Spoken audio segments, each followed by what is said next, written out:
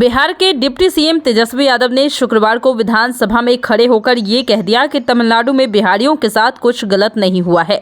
भाजपा और भाजपा प्रायोजित मीडिया पूरी तरह से अफवाह फैला रहा है। दरअसल आरोप ये लग रहा है कि जिस समय तमिलनाडु में बिहारियों पर हमले किए जा रहे थे, उसी वक्त तेजस्वी यादव चार्टर प्लेन से चेन्नई जाकर तमिलनाडु के सीएम का बर्थडे मना रहे थे। आपको बता दें कि तमिलनाडु में काम करने वाले कई मजदूरों और उनके परिजनों से बात की गई, तो उनका क्या कहना है, चलिए सुनाते हैं। सर अभी भी हम देखे वीडियो कॉल बात किए, सब डरे हुए लोग हैं वहाँ पे। जो भी हमारे मिर्ज़ापुर से लोग गया है, हमारे चाचा के लड़के भी सब हैं, छोटे दादा का, तो डरा हुआ लोग है। उन लोग अभी घर में बंद है। उन लोगों का ये भी डर है कि हम अगर बिहार के लिए जाते हैं तो जंक्शन पहुँचने से पहले भी कुछ घटना हो सकता है। इस तरह का डरा हुआ लोग है वहाँ। तमिलनाडु से बिहार के कई मजदूर जान बचाकर धनबाद पहुंचे। वो धनबाद एलेपी एक्सप्रेस से भाग कर आए थे। धनबाद से रांची और फिर वहां से वैशाली के देसरी स्थित अपने घर पहुंचे। देसरी गांव के 4 मजदूर इस रास्ते से अपने घर पहुंचे। उनकी आंखों में खौफ साफ साफ दिखाई दे रहा था। वापस लौटने वाले मजदूर रोनित ने बताया कि हम वहाँ एक कपड़ा मिल में काम कर रहे थे। 20 दिन पहले से ही माहौल खराब होने लगा था। लगा कि अब जान नहीं बचेगी तो भाग कर आ गए हैं। मेरा भाई और 2 चचेरे भाई अभी भी वहीं पर फंसे हैं। हमारा वहां पर बाइक और दूसरा सामान है। वे इन सामानों को बेचकर बिहार लौटेंगे। हमारा पूरा परिवार दहशत में है। रोनित ने बताया कि 24 फरवरी की बात है। हम लोग बिहार के मजदूर बस से मिल में ड्यूटी के लिए जा रहे थे। रास्ते में प्लाई बस स्टैंड पर तमिल युवकों का झुंड खड़ा था। उन्होंने बस को रुकवाया और हम लोगों से पूछा कि कहाँ के रहने वाले हो। हम लोगों ने अपना घर बिहार बताया तो हमें गालियां दी गई, धमकी भी दिया गया। वो कह रहे थे कि तुम लोगों के कारण हमारा मजदूरी कम हो गया है, तुम लोगों को काम नहीं करने देंगे। उनके धमकाने के बाद हम लोग रात भर डरे रहे। रात में ही ट्रेन का टिकट बनवाया और एक दिन बाद दोपहर के 1:30 बजे निकल कर वहां से आ गए। वहां दिन में हमले कम हो रहे हैं, ज्यादा हमले शाम के बाद होते हैं। देसरी के मजदूरों ने बताया कि बीरा पांडे इलाके में भी बिहार के मजदूर रहते हैं। वह जगह तमिलनाडु के अन्नपुर पालियम के टिकेरी मिल से 8-10 किलोमीटर की दूरी पर है। सारे बिहारियों में दहशत है। मजदूरों ने बताया कि तमिलनाडु के अम्मा नगर, अंगेरी पालियम और फिर पिचम पालियम में भी माहौल बहुत खराब है। वैशाली जिले के महुआ प्रखंड और आसपास के गोविंदपुर, अख्तियारपुर और छितरौली जैसे गाँव के 2 दर्जन मजदूर तमिलनाडु से वापस अपने घर को लौट रहे हैं। उनमें खौफ इतना है कि वो बिहार आने वाली सीधी ट्रेन से न आकर दूसरी ट्रेनों से भाग रहे हैं। इन गांवों में मजदूरों के परिजनों ने बताया कि बिहार आने वाली ट्रेनों को खास तौर पर निशाना बनाया जा रहा है। उसमें सवार हिंदी भाषियों की पहचान कर स्थानीय लोग पीट रहे हैं। बिहार के पूर्वी चंपारण जिले के सुगौली और आसपास के आधा दर्जन गांवों में भारी बेचैनी है। इस इलाके के ढेर सारे लोग तमिलनाडु में मजदूरी करने गए थे।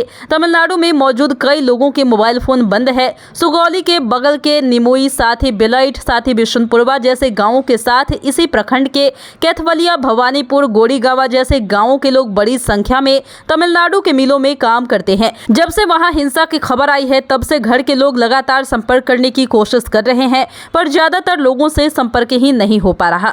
सुगौली के सुगांव के उपेंद्र राम तमिलनाडु के तिरुपुर राइस मिल में काम करते हैं। उन्होंने फोन पर बताया कि वो लोग जहां पर रहते हैं वहीं पर सबसे पहले हिंसा की शुरुआत हुई।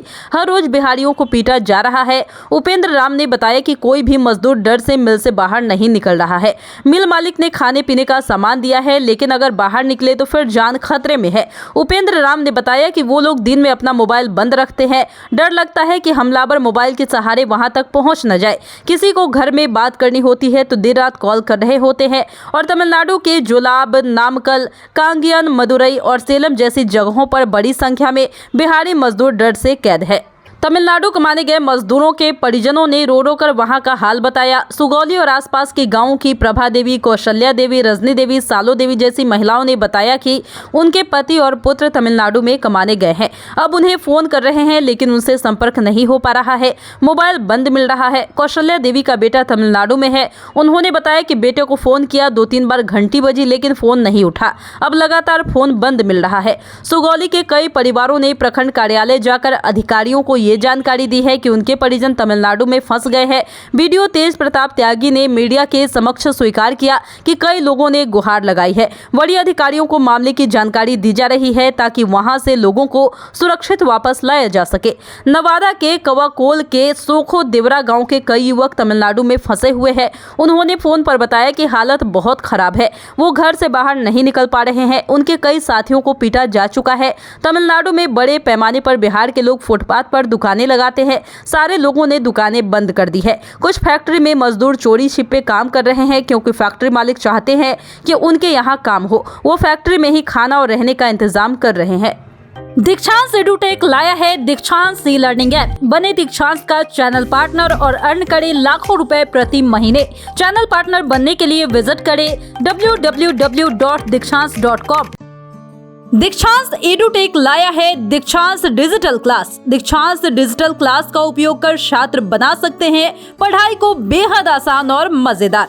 दीक्षांत डिजिटल क्लास को स्कूल में बैठकर देखना है तो पेन ड्राइव और स्मार्ट टीवी बनेगा सही माध्यम। चलिए अब ये भी जानते हैं कि दीक्षांत डिजिटल क्लास का फी स्ट्रक्चर क्या होगा। नर्सरी से लेकर यूकेजी के लिए 7,000, नर्सरी से लेकर दूसरी कक्षा के लिए 12,000, नर्सरी से लेकर 5वीं तक के लिए 18,000, नर्सरी से लेकर 8वीं तक के लिए 24,000, नर्सरी से लेकर 10वीं तक के लिए 30,000। अगर आपको डेमो करना है तो उसके लिए आप दीक्षांत डिजिटल क्लास के यूट्यूब चैनल को विजिट कर सकते हैं। हमारे यूट्यूब चैनल को सब्सक्राइब और फेसबुक पेज को लाइक करना ना भूलें। धन्यवाद।